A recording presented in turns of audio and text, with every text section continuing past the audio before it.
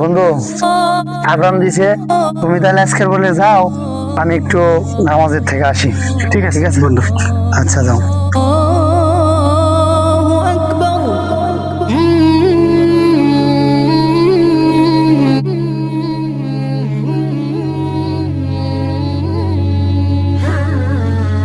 আসসালামু আলাইকুম ওয়া রাহমাতুল্লাহ। আসসালামু আলাইকুম ওয়া রাহমাতুল্লাহ। কিরে তুই এখনো যাই নাই? কিরে বন্ধু তুই এখনো যাসি নাই?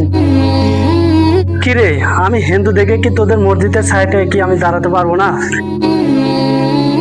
আরে আমি তো তা বলি নাই, আমি বলছি তোকে তো যাইতে বলছিলাম। কিরে বন্ধু, তোদের মসজিদে কি ধনী গরিবের কোনো পার্থক্য আছে?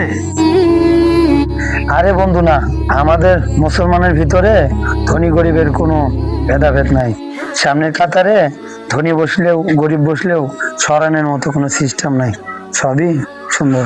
আসলে ইসলাম ধর্ম অনেক ভালো ধর্ম রে, কি জন্যে আমার এই হিন্দু ধর্মের জন্মটা হলো। আচ্ছা বন্ধু, তোদের ধর্মের ভিতরে কি ধনী গরিবের ভেদাভেদ আছে?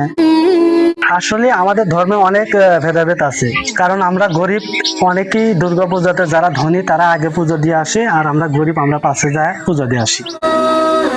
দুঃখ করিস না, আল্লাহ তোকে একদিন সফলতা দিবেন। আয় বন্ধু।